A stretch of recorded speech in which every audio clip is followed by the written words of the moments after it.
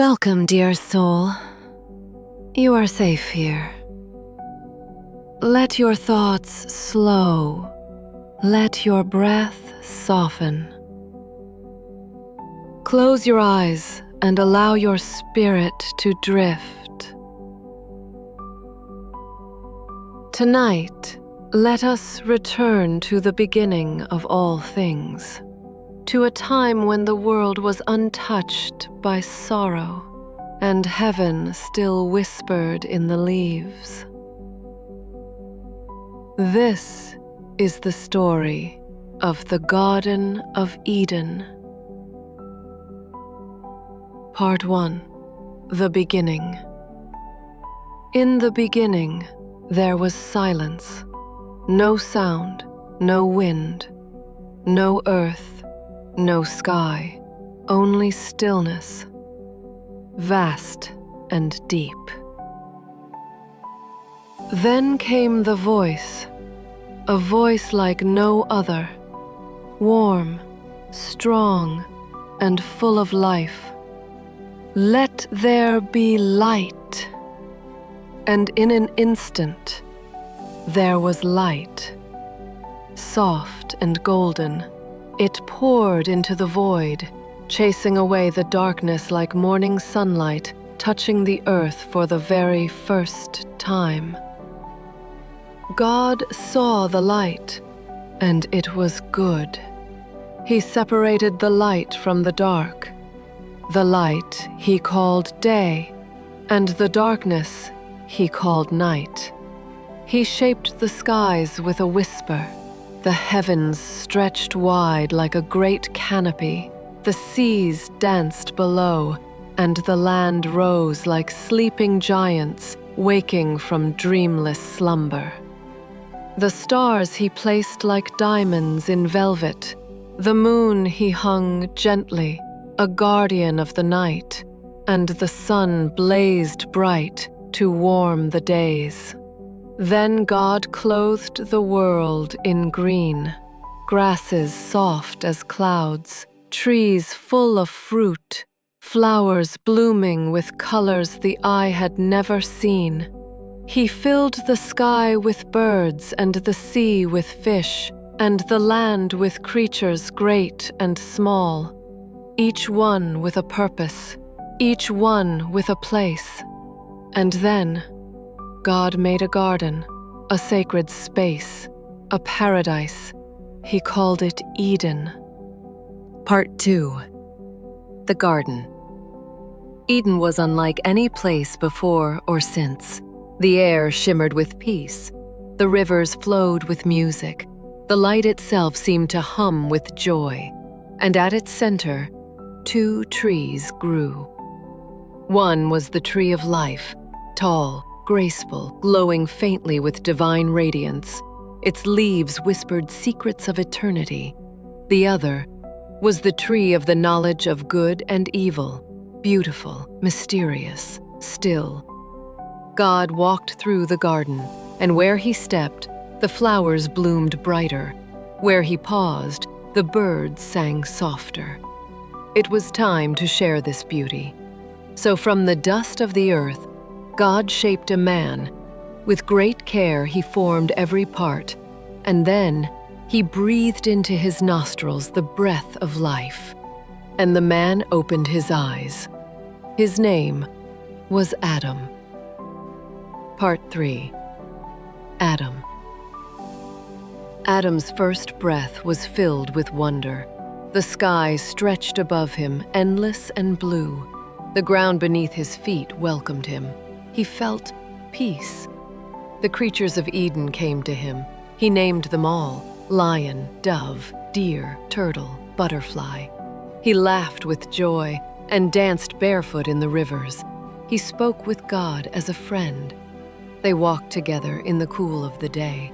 There was no fear, no pain, no loneliness. But then, a quiet longing stirred in Adam's heart. God saw this, and he said, "It is not good for man to be alone." So God caused Adam to fall into a deep, gentle sleep. and from his side he crafted something new, not from the ground, but from Adam's own being.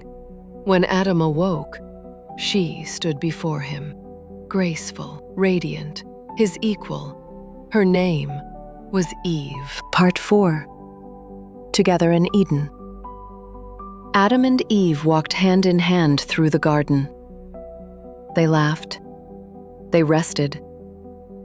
They lived. They drank from clear rivers and lay beneath the stars, wrapped in the warmth of creation. God gave them the garden, all of it, except for one thing. He said, "You may eat of every tree in the garden, but of the tree of the knowledge of good and evil you shall not eat. For in the day you eat of it, you shall surely die." The warning hung gently in the air, like a soft bell in the distance. And so they lived, free, joyful, unburdened. But in the shadows, another voice stirred. Part 5. The Serpent.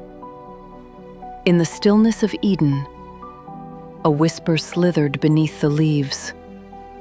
The serpent was cunning, more clever than any beast of the field.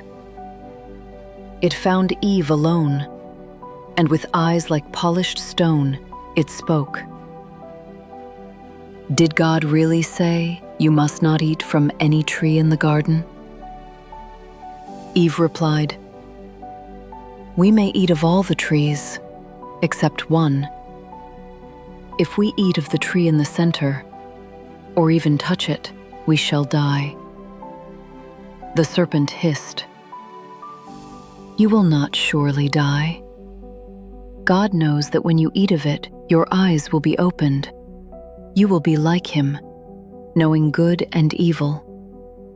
The fruit gleamed, golden, tempting, silent. Eve reached out and took it.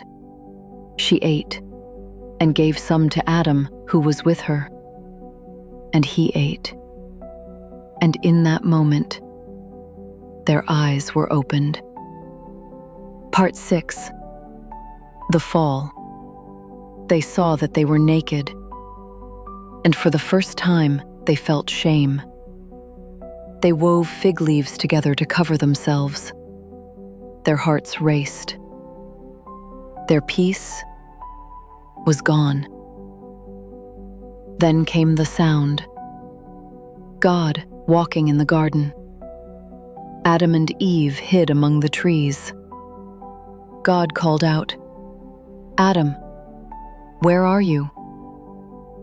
Adam replied, "I heard you, and I was afraid, because I was naked, so I hid." God asked, "Who told you that you were naked?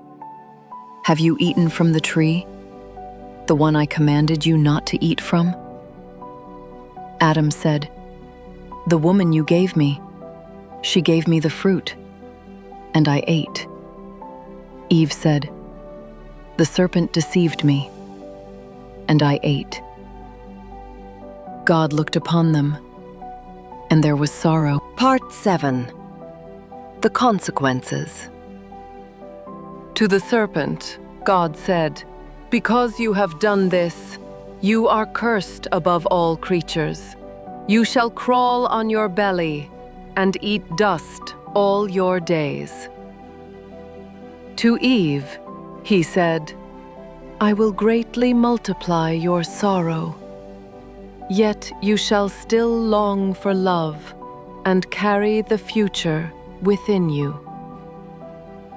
To Adam, he said, "Because you listened and ate, cursed is the ground for your sake. By the sweat of your brow you shall eat bread all your days. For from dust you were taken, and to dust you shall return." And so God made garments of skin and clothed them.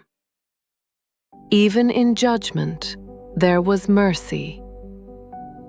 Part 8. The Departure.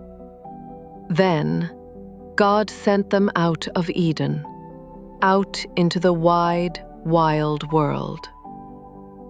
He placed a cherubim and a flaming sword to guard the way to the tree of life. Adam and Eve walked hand in hand, tears on their cheeks.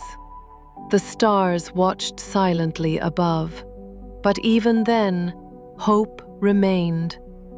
For one day, a new story would begin, a story of redemption, of restoration. And though the gates of Eden closed behind them, the echoes of its peace would remain, waiting, forever calling us home. End. Part 9. The First Night. As night fell beyond Eden's walls, Adam and Eve lay beneath unfamiliar stars. The earth was cool, the wind a stranger. For the first time, they felt the ache of distance, from the garden, from the voice, from peace. But Adam turned to Eve, and she to him, and though they were afraid, they held each other close.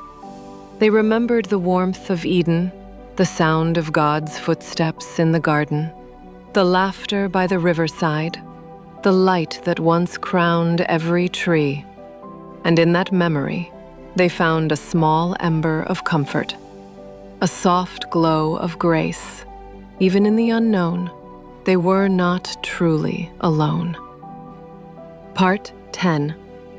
The Echoes. Far beyond the stars, God still watched, not in wrath, but in longing. He knew the pain of separation, but he also knew the path of return. For even now the tree of life still grew, hidden beyond flame and light. Its roots reached through time, its fruit waited in promise. And the garden, though sealed, would one day be opened again. For the voice that spoke light into being would speak again, and from the silence would come redemption. From dust would rise eternity. End.